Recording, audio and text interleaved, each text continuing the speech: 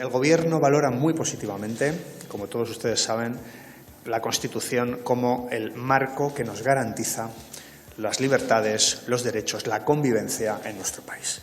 Y, por tanto, desde esa perspectiva, creemos que hay que cuidar todos los días la Constitución y que cuidar la Constitución también es adaptarla a los tiempos, siempre sobre la base de un consenso social, un consenso político muy amplio.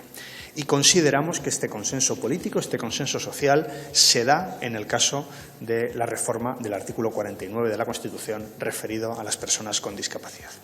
Por eso, en ese contexto de garantizar que nuestra Constitución siga viva, de garantizar que nuestra Constitución sea la que ampare nuestros derechos, nuestras libertades, tanto el Gobierno como el Partido Popular compartimos la necesidad de reformar el artículo 49, de centrar la reforma en el artículo 49 de la Constitución para proteger a las personas con discapacidad y para blindar sus derechos. Saben todos ustedes que la terminología que utiliza hoy por hoy el artículo 49 de la Constitución es una terminología casi ofensiva para las personas con discapacidad. No se adapta a ninguno de los convenios internacionales, ninguno de los estándares internacionales. Queremos modificar este artículo 49, queremos adaptar la terminología a los mejores estándares internacionales y queremos blindar los derechos de las personas con discapacidad en España. Por eso nos felicitamos muy mucho de que el Partido Popular haya cambiado de criterio y ahora sí se avenga a hablar de reformar el artículo 49 de la Constitución. Recordarán ustedes que en su momento presentaron una enmienda a la totalidad para evitar siquiera la tramitación de esta reforma constitucional del artículo 49. Ahora han cambiado de opinión, nos felicitamos y creemos que es una buena oportunidad para mejorar nuestra Constitución, para hacerla más digna en relación con las personas con discapacidad. Por eso vamos a hablar en los próximos días, vamos a intentar lograr un texto pactado con el Partido Popular y con el resto de fuerzas políticas. Vamos a intentar que ese texto sea también compartido por el sector de la discapacidad y que también se ajuste a las recomendaciones que en su día hizo el Consejo de Estado. Por ese motivo vamos a hablar en las próximas semanas y también les anuncio que hablará el Gobierno con los distintos grupos parlamentarios. Creemos que aquí hay un acuerdo y hay un consenso social político muy amplio. Es una reforma del artículo 49 de la Constitución abierta a todos los grupos políticos de la Cámara. Debería ser una reforma que cuente con la unanimidad de la Cámara, porque nadie puede estar en contra de proteger a las personas con discapacidad, de blindar sus derechos, de mejorar las referencias que en la Constitución hay. Por eso nosotros vamos a trabajar por un acuerdo amplísimo en la Cámara, porque se pueda producir esta reforma del artículo 49 en estos términos de consenso absolutamente amplio y absolutamente transversal. Ese es el deseo del Gobierno, proteger a las personas con discapacidad, blindar sus derechos, que nuestra Constitución se adapte a los tiempos y que se haga sobre una base de un consenso social y político muy amplio.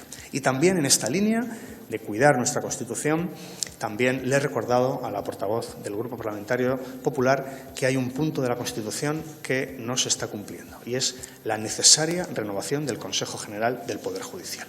Le he recordado algo que todos ustedes conocen y es que tenemos un acuerdo con el Partido Popular, un acuerdo cerrado hasta la última coma, donde se llegaba a un acuerdo para renovar el Consejo General del Poder Judicial, para renovar también un magistrado del Tribunal Constitucional y también para poner en marcha una reforma que reforzara la independencia del Poder Judicial. Ese acuerdo, con esas tres patas, por parte del Gobierno, por parte del Grupo Socialista, está vigente y pedimos una vez más que cuanto antes el señor Feijóo lo firme y acabemos con esa anomalía institucional y es que el principal partido de la oposición no cumpla la Constitución en la renovación del Poder Judicial. Más de 4 años en esta situación, que es una situación muy difícilmente explicable desde el punto de vista democrático, desde el punto de vista constitucional y por eso cada día que pasa es una anomalía institucional que es peor y más grave para nuestra democracia. Por eso, desde el Gobierno hacemos un nuevo llamamiento al señor Feijóo a que firme lo que pactamos con él. No hay, en este caso, ningún tipo de duda. Y a partir de aquí, pues quedo a disposición de sus preguntas, si tienen alguna. Sí, buenas tardes, ministro.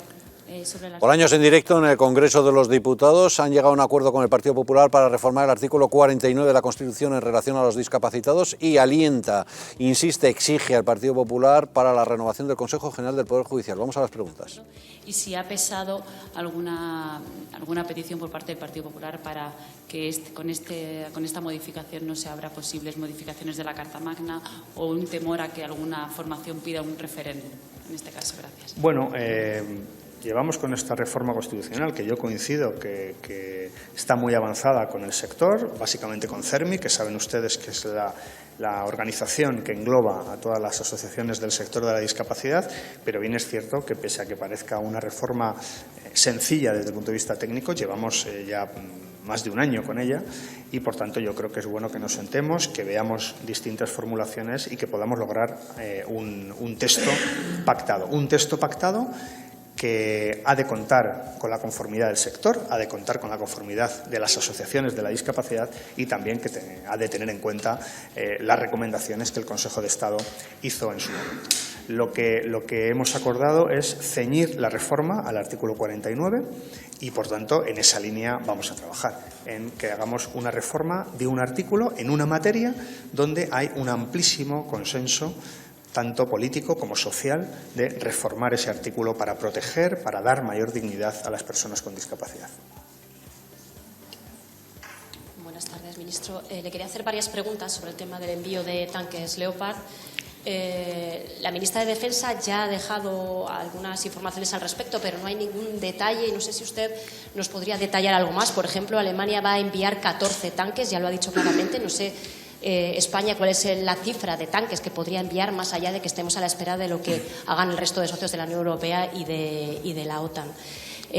También si vamos a tener formación, si esa formación se haría en España o se haría en otro país colindante cerca de Ucrania, donde ya hay tanques españoles. Bueno, también quería preguntarle, es cierto que no hay una obligación de que un envío de tanques tenga que pasar por el Congreso de los Diputados, pero algunos socios, como Esquerra Republicana y Bildu, ya están pidiendo que este tipo de decisiones pasen por el Congreso. Quería saber cuál es la propuesta del Gobierno y si le parece bien esta propuesta que están haciendo sus socios habituales. Y, por último, quería preguntarle a la ministra Belarra, sus socios de coalición, ha dicho que el envío de tanques podría dar lugar a una respuesta imprevisible y peligrosa de Rusia. Quería preguntar si opina lo mismo a este respecto y, en cualquier caso, si cree que este envío de tanques podría poner en riesgo la coalición. Muy bien, muchas gracias. Pues a todas sus preguntas mi respuesta quizás sea algo más sencilla.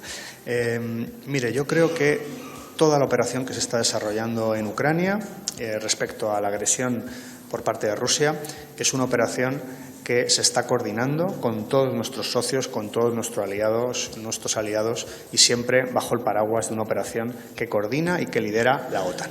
Y es en ese contexto en el que se toman todas las decisiones. Nosotros, por supuesto, esa es la voluntad del Gobierno y la decisión del Gobierno, estaremos con nuestros socios de la OTAN, de la Unión Europea, porque la unidad aquí es lo que da fortaleza precisamente a la respuesta que da la Unión Europea. Sobre detalles más concretos, pues me remito a las palabras de la ministra de Defensa y a lo que pueda explicar la ministra Robles. Y, por otro lado, yo respeto profundamente las opiniones de todos los grupos políticos, de la Cámara, de todas las formaciones.